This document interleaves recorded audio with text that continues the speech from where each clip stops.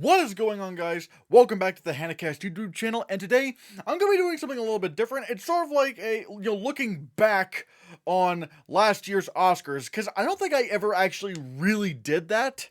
Like, I didn't really talk about what was going on at the Oscars that year. Nothing notable at all happened. I can't do this video without at least going in depth into the whole Will Smith slap thing. Now, in case you've been somehow living under a rock for like a year, basically what happened was that Chris Rock made a joke about Jada Pinkett Smith being bald. You know, it's like G.I. Jane 2, can't wait to see it.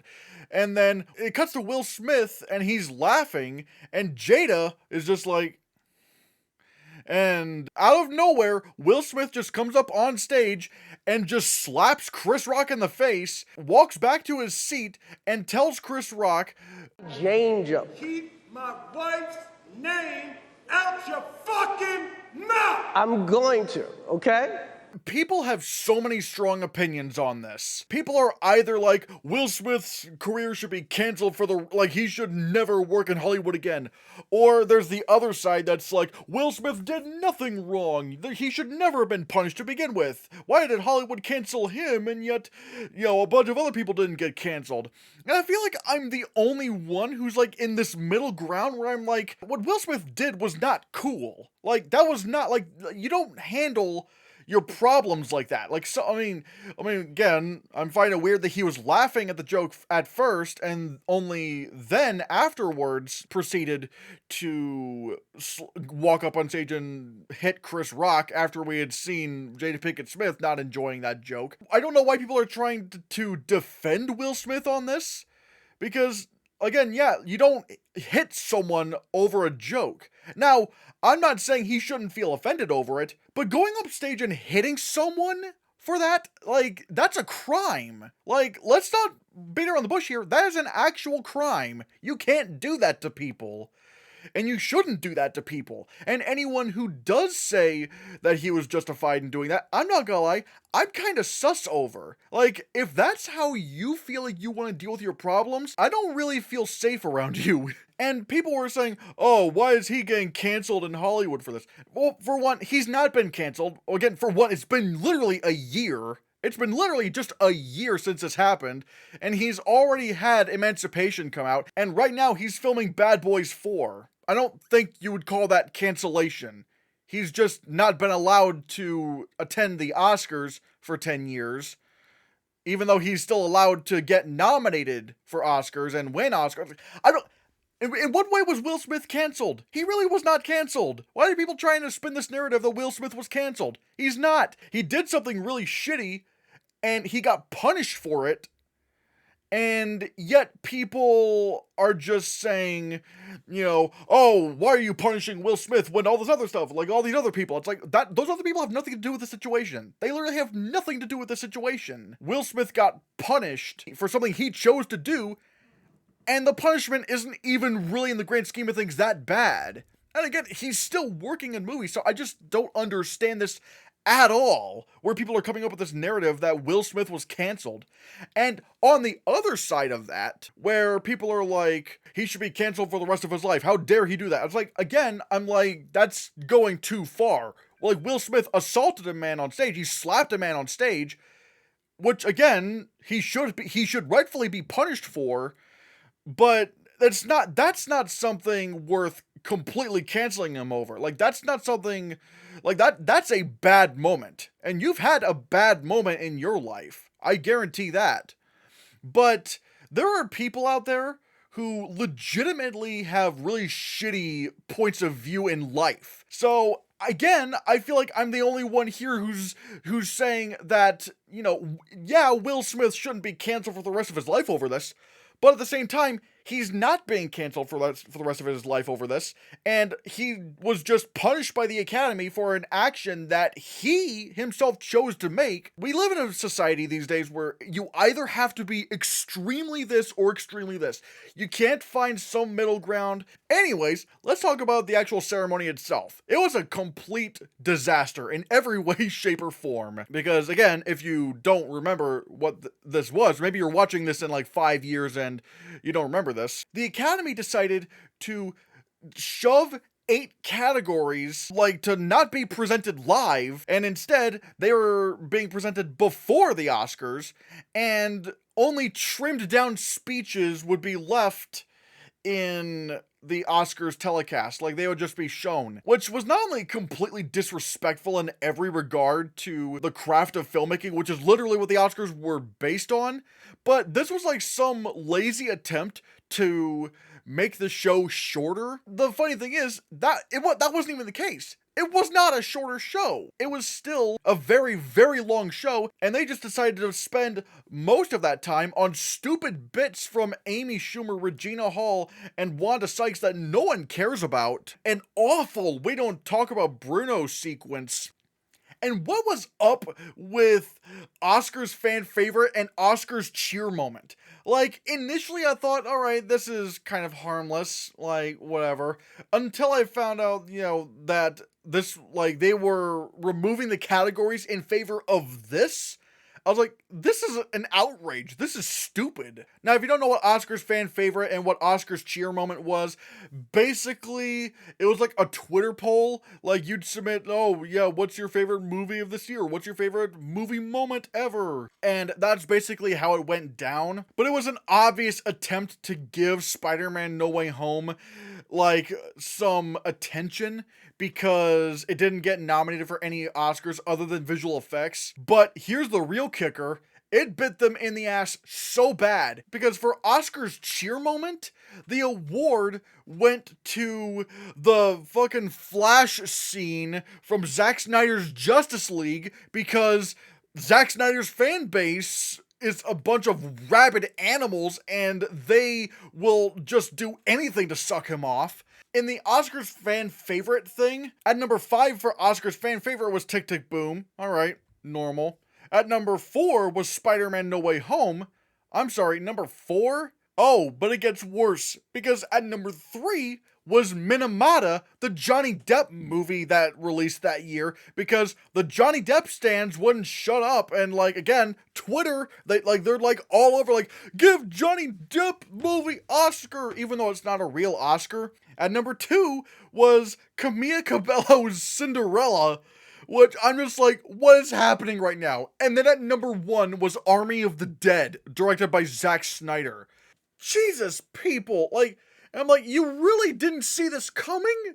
Like, you didn't think that giving these idiots a platform to think that they're winning an Oscar, by submitting that their favorite, Zack Snyder film, or like, whoa, Army of the Dead, it was ridiculous. I'm like, it backfired so badly. And luckily this year, they knew not to do that again. And rightfully so, because again, that was a really stupid thing they decided to do. And people are stupid for thinking that it actually meant something. And for some reason, they had people who had nothing to do with the movies presenting Oscars, like Tony Hawk, Shaun White, Kelly Slater. It's like, why are these people presenting at the Oscars? They have nothing to do with the movies. Like, if they brought LeBron James, that would at least sort of make sense, because he was in Space Jam: A New Legacy. One of the few good changes that started during the 94th Academy Awards was the reinstated 10-film Best Picture lineup. Like, there was no more fluctuating between, 7 and 9 nominees. No. 10 films, they get nominated, and that was great. Like, that's perfect. Because I don't understand why they even had a fluctuating number of films to begin with. So, I like that they actually did start doing 10 films again, and I hope this is a continuing trend in the future. The nominees were Belfast, CODA, Don't Look Up, Drive My Car, Dune, King Richard, Licorice Pizza, Nightmare Alley, The Power of the Dog, and West Side Story. And CODA ended up being the surprise winner. I mean, by the time the Oscars were rolling around, it wasn't too much of a surprise because CODA had just won the SAG Ensemble Award. It won Adapted Screenplay at the BAFTA Awards, and Troy Kotsur started winning at the Critics' Choice Awards, at the BAFTAs, and the SAG Awards for Supporting Actor. CODA was just starting to gain a lot of traction that we thought was going to be going to The Power of the Dog. And I can't say this was a bad win. I mean, CODA wasn't really in my top 10 of 2021, but it was still a great film. But what did I think of the other nominees? Well, Belfast I thought was also terrific. Like, I think maybe out of the Best Picture nominees, it would have been third place for me, I think. Behind Dune at number 2 and West Side Story number 1. Dune, I thought, was an incredible science fiction film. Like, I loved the world building. This is definitely one of those movies that I could never see myself watching at home because the theater experience in watching this world come to life, it was just breathtaking. But West Side Story was my favorite film of 2021. This might actually be one of my favorite movies ever. The way Steven Spielberg directed West Side Story was absolutely, like, remarkable. I had never seen anything like this before. And Steven Spielberg had never directed a single musical in his life. And he directs the film like he's been directing musicals for like 30 years. Like, the cinematography is absolutely gorgeous.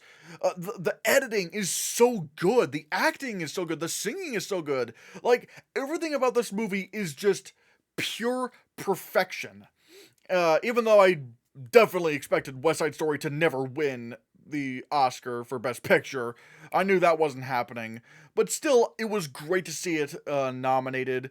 But also, let's take a look at the other nominees. Don't Look Up.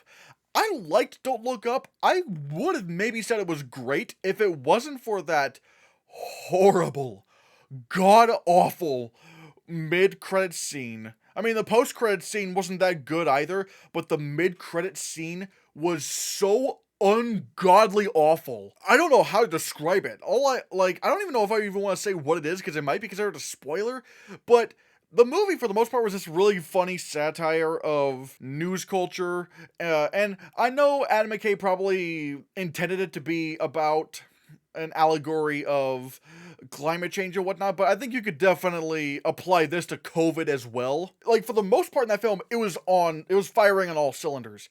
But my god, the mid-credits scene, it's like one of the worst scenes I've seen in recent years.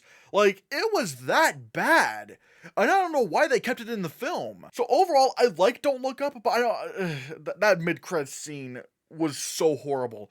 Then you get to Drive My Car, which I finally watched very soon before that year's Oscars, and Drive My Car was terrific. Like I didn't expect it to be that good because it's a 3-hour drama, and I'm like, oh, long movie, you better have some good pacing. And it really did. It's a very interesting sort of, I don't even know if I want to say character piece, but it's just really more of like an observational kind of film, to put it best. And then you get to King Richard. I really liked King Richard. I don't think I would consider it great, but, you know, it's a feel-good sports film. You know, that's definitely gonna tug at the heartstrings of a lot of people. Then you get to Licorice Pizza, which in my opinion might actually be the worst Best Picture nominee out of all these films.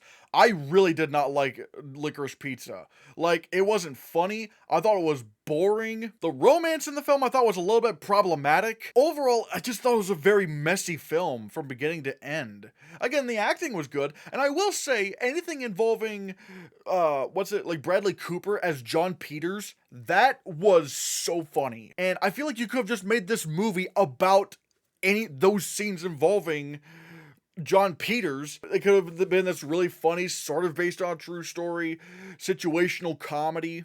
But no, it's not really about that. It's just, again, very, very boring. Then you get to Nightmare Alley, which I also didn't like. I didn't like Nightmare Alley all that much. I will say, it was a bit of a surprise that it got nominated, because really the only major precursor it got for Best Picture was the Critics' Choice Awards.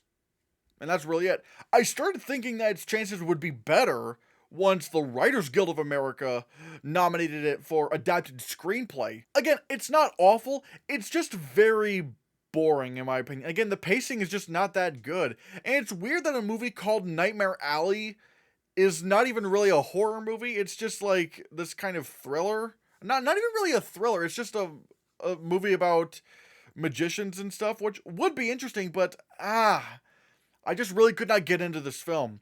And then you have The Power of the Dog, which is very interesting because that's a film that I did quite like when I first saw it, but the more I think about The Power of the Dog, the more it kind of sticks with me. And the more I start thinking, man, like, there's some really good elements in this film. Maybe one of these days I'll rewatch it, because there's a lot of stuff in here that's like meticulous in how it's all kind of structured, especially with the performances. So, like, I really did like The Power of the Dog. And speaking of The Power of the Dog, Jane Campion won Best Director for The Power of the Dog. I still don't think I would have nominated The Power of the Dog for directing. But you know, Jane Campion's not a bad winner. The other nominees were Kenneth Branagh for Belfast, Ryusuke Hamaguchi, I'm so sorry if I mispronounced that name, for Drive My Car, Paul Thomas Anderson for Licorice Pizza, and Steven Spielberg for West Side Story. I figured Hamaguchi was going to get nominated for Drive My Car. I kind of figured that was going to be happening. But the question was, who was going to get bumped out? Jane Campion? Not a chance in hell. Like, she was clearly going to be winning this award, so there was no way that she was going to be losing this award. I was worried that Steven Spielberg would lose out for West Side Story. And honestly, considering I didn't even like Licorice Pizza, I was kind of hoping Paul Thomas Anderson would get booted out. But no, of all people, Denis Villeneuve for Dune got snubbed. Are you kidding me? Like, he would have been second place for me below Steven Spielberg. And what made it even crazier is that Dune won 6 Oscars. It won more Oscars than any other film during the ceremony, and yet the director didn't get nominated. It's like, how, which I think was actually a record. I think Dune actually holds the record for the most Oscar wins by a film that was not nominated for Best Director. And I don't understand how you wouldn't nominate this film for directing. Like, this was truly like a director's vision come to life. Like, how he interpreted the world of Dune. And like, the fact that all of these tech categories just worked so well with each other, and like how much, like, you know, the costume design complemented the production design complemented the visual effects complemented the sound editing and mixing, and how the sound editing and mixing and score, you know, did really well with the score. It's like that all comes down to the director, and the fact that this film did not get nominated for directing is insane to me. Then we get to Best Lead Actor, where Will Smith won for King Richard. Slap aside, this is not a bad win. Like, this is a pretty good win. I still would have probably put Denzel Washington for the tragedy Macbeth over him, but Will Smith was really great in King Richard, so like, I can't really complain about that. Then we get to Best Lead Actress. Lady Gaga didn't get nominated for House of Gucci. I'm not saying I would have nominated her, but like, she was like one of the big front runners. And one of the pleasant surprises to me was that Kristen Stewart got nominated. She would have actually been my choice to win. And so I was glad to see her get nominated, despite the fact that she didn't get nominated at BAFTA or SAG. Like, I was starting to worry that she would not get nominated. And then Jessica Chastain won for The Eyes of Tammy Faye, which again, not a bad winner. I still would have probably picked Kristen Stewart above her, and there's still a few other actresses that didn't get nominated that I would have put above Jessica Chastain, like Jennifer Hudson for Respect, but again, not a bad win. Then you get to Supporting Actor, in which the winner was Troy Kotsur for CODA. Even to this day, I still don't know whether I would choose Troy Kotsur for Supporting Actor in this category, at least among these nominees, or Cody Smith-McPhee for The Power of the Dog. Like, these two were such polar opposites in terms of acting, because one of them, even though ironically enough he can't speak, was acting very loud with his gestures and his sign language, and like, you could see what he was feeling from a mile away. Whereas with Cody Smith-McPhee, it was a much more subtle performance. And that's not a criticism of Troy Kotsur at all. Like, that, like, you have to be big for that kind of a performance. But with Cody Smith McPhee, again, very subtle performance. Like, again, you sort of almost have to lean into the screen to understand what he's thinking or what he's saying. And a lot of it has to do with, like, the very subtle twitches and the emotion, especially around the end of The Power of the Dog. I was like, oh my god. It's really tough. I really don't know who I would pick. I think maybe I'm leaning a little bit towards Cody Smith McPhee, but I'm not going to complain about Troy Kotsur at all. Like, he was incredible in the film. Then you get to supporting actress, in which you have Ariana DeBose for West Side Story winning. Very much a deserving award. I'm a little bit sad that Ann Dow didn't get nominated for supporting actress for Mass, but I figured that was not going to happen. But Ariana DeBose for West Side Story, among these nominees, she would have been my pick. Like, she was incredible. The character of Anita is a very difficult character to try to portray because she goes from being very enthusiastic, like, oh, she loves the world, to pretty much hating the world by the end of it. It's such an incredible shift in tone for a character, and Ariana DeBose, I would honestly say, even surpassed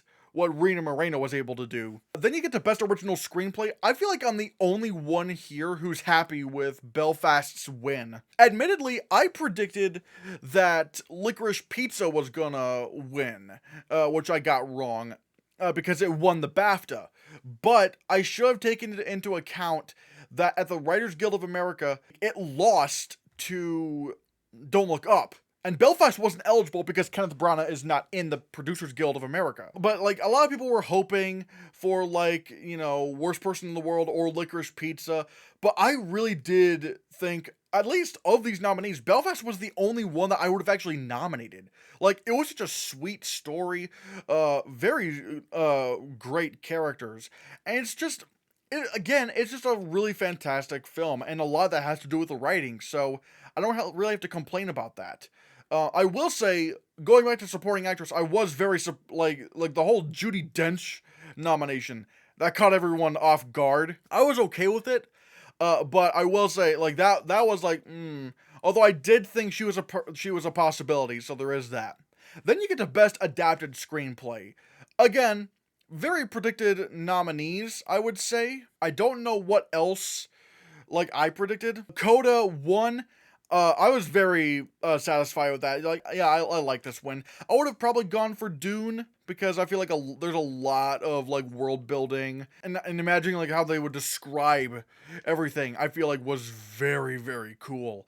But again, CODA won. I can't really complain. And then I get to Best Animated Feature, in which you have Encanto, which won, Flea, Luca, The Mitchells vs. the Machines, and Raya and the Last Dragon. I think I predicted that Raya and the Last Dragon would get booted out because, 3 Disney movies in one animated feature category, would they, split the votes and it would end up not getting nominated and somehow we'd maybe get Belle or... I wasn't really thinking Vivo would get in, but I would have loved Vivo to get in. Or Belle. I don't know. Both those two are amazing.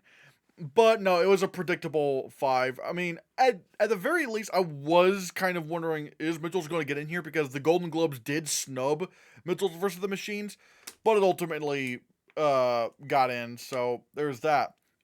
I think Encanto was a great film, although admittedly it would probably been my 3rd film among these nominees, and if Belle was in here, it probably would have been 4th, but, I thought, again, Mitchell vs. the Machines, that was one of my favorite films of 2021, so it would have easily been my pick to win. And Flea, I was late to watching Flea, but I did catch it before the Oscars. Flea was incredible. Like, I thought Flea was it was so cool because, like, it was nominated for Best Animated Feature, Best International Feature, and it was nominated for Best Documentary Feature. And it was all those in one, and I thought it was done so beautifully. I like this idea of, like, taking the man's accounts from when he was a kid and dramatizing them through the medium of animation. I think this is what I love about animation. Like, there's so much you can do.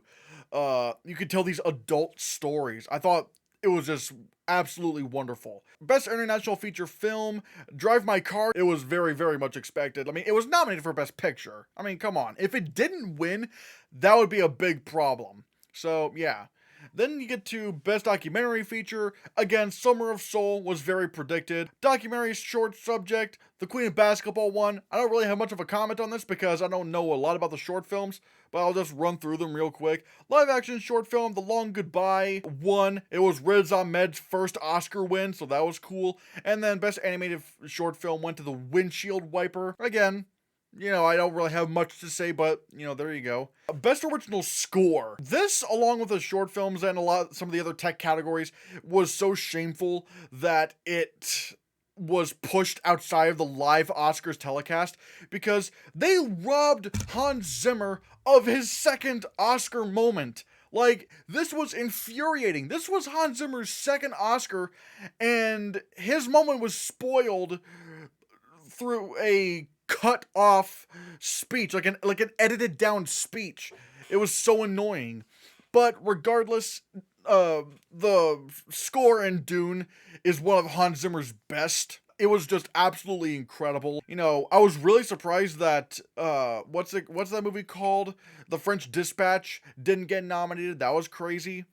But again, Dune, it was an incredible score, so yeah.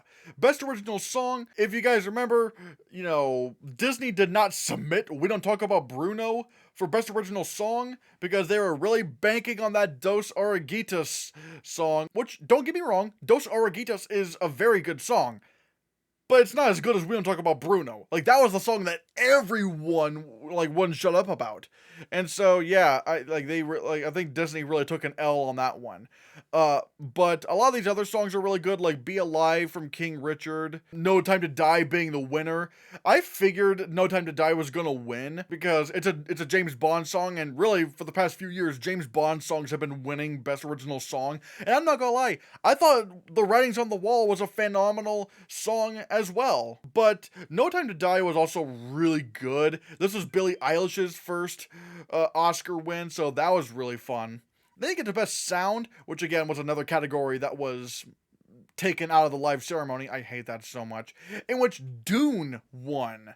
I'm really torn between Dune and No Time to Die for Best Sound. I know that in the Hannahcast Movie Awards, I put No Time to Die as my pick for sound editing and Dune as my pick for sound mixing. I'm still conflicted over whether or not I feel like Dune maybe should get both or whatever. That's just what makes it really complicated when you just combine sound editing and mixing into one sound category. I just hate that so much. But Dune, I don't really have any complaints over it getting nominated for Best Sound. Like, it was, again, a lot of world building in that sound design. I loved it a lot. Production design, once again, went to Dune. I'm not surprised. A lot of it just really came together in how this world just came to life. And I just love that a lot. Cinematography, it went to Dune. I think I would have given it a nomination for cinematography, definitely. But my pick was actually West Side Story. It wasn't my prediction. I knew Dune was going to win this, but, I thought West Side Story had the best cinematography. I was worried that it wouldn't get in because it didn't get nominated at the ASC, and it didn't get nominated at the BAFTA Awards. So I was like, is West Side Story gonna take this or no? But luckily it did, so there is that. Although I will say, Belfast didn't get nominated for cinematography. Like, that was what was crazy to me. Like, how do you not nominate Belfast? Like, Belfast had such photographic kind of cinematography. Like, every frame could literally just be taken as a still photo, and it would have the same amount of impact. It was incredible. Best makeup and hairstyling. This was a prediction that I got 5 out of 5 correct. A lot of people were predicting West Side Story for that 5th slot, but I was like, nope, it's gonna be Coming to America. Like, this is another one of those situations where people don't like Coming to America, and it is a bad movie, but they didn't want to admit that it had some great makeup, which it did have great makeup. Hell, it was actually my choice to win. But I knew The Eyes of Tammy Faye was winning because Jessica Chastain was looking to win lead actress, and usually those two go together, like the makeup and the performance. Plus, the Academy overall votes for the winners instead of the individual branches. And I feel like if it was the individual branches, Coming to America would have won, which I might consider doing that. Let me know in the comments if you want me to do a video series on what the Oscar winners would have been like if the individual branches voted for the winners. Because I feel like we would have gotten some pretty different and maybe even significant results. But anyways, back to the video. We get to costume design, which again, was pretty much a slam dunk when the movie came out, and it was Cruella. Now, again, I didn't like Cruella. I did not like that film at all. I thought it was a betrayal of what the Cruella de Vil character is, but if there's one thing that I did come out of that film saying, it's that it should win costume design. Like, the costumes in Cruella were some of the best I've seen in years. Like, it was so creative. And so just gorgeous. Like, the movie looked incredible, from a costume design standpoint. So I had no issues with that at all. Again, despite me not even liking the film. Then you get to film editing, and this is the only other category that I got wrong. Again, keep in mind, I didn't bother predicting the short films, so I only got 2 of my predictions wrong. I got original screenplay wrong. I thought it was going to be Licorice Pizza, and then it ended up being Belfast. And my prediction for film editing was actually Tick Tick Boom. Because at I think it's the American Cinema Editors, King Richard won film editing for drama, and Tick Tick Boom won film editing for comedy, which doesn't make sense because it's not a comedy. But I was thinking, I'll probably win film editing. I probably should have said I was going to Dune. But at the same time, the editing category was such a mess that year. Because West Side Story won the Critics' Choice Award, and it didn't get nominated at the Oscars. No Time to Die won film editing at the BAFTAs, and it wasn't nominated at the Oscars. And again, at the Eddie Awards, the 2 movies that won their respective awards were completely different from anything else that had won. And so, trying to predict best film editing was a challenge. I probably should have stuck with Dune because I think that was Gold Derby's #1 prediction. But yeah, I should have seen that coming. And to finish it off, we have Best Visual Effects, in which the nominees were Dune, Free Guy, No Time to Die, Shang-Chi and the Legend of the Ten Rings, and Spider-Man No Way Home. Honestly, the more I think about it, this is a great lineup of visual effects nominees. Honestly, better than that of this year. Well, I was initially bullish on No Time to Die getting a visual effects nomination. I was like, why is this getting nominated? Like it's simple stuff. But at the same time, I was going off of the visual effects breakdown reels I've seen from like Double Negative, which it was very simple effects, and it wasn't really all that groundbreaking. That being said, I had not seen what Industrial Light and Magic did and what Framestore did. Like, their effects was what I was more looking for. Like, a lot of car replacements and like practically like entire environment replaces. But now that I do know that, yeah, I still probably wouldn't have given it a nomination, but I'm not upset over it. And I've warmed up to Shang-Chi and the Legend of the Ten Rings getting nominated as well. I thought the film had some very great effects, especially during the scaffolding scene, the forest scene, just some very cool simulations and reflections, and again, doing a lot of stuff that I didn't even know was CGI. I still wish Ghostbusters Afterlife got nominated. I still wish it did.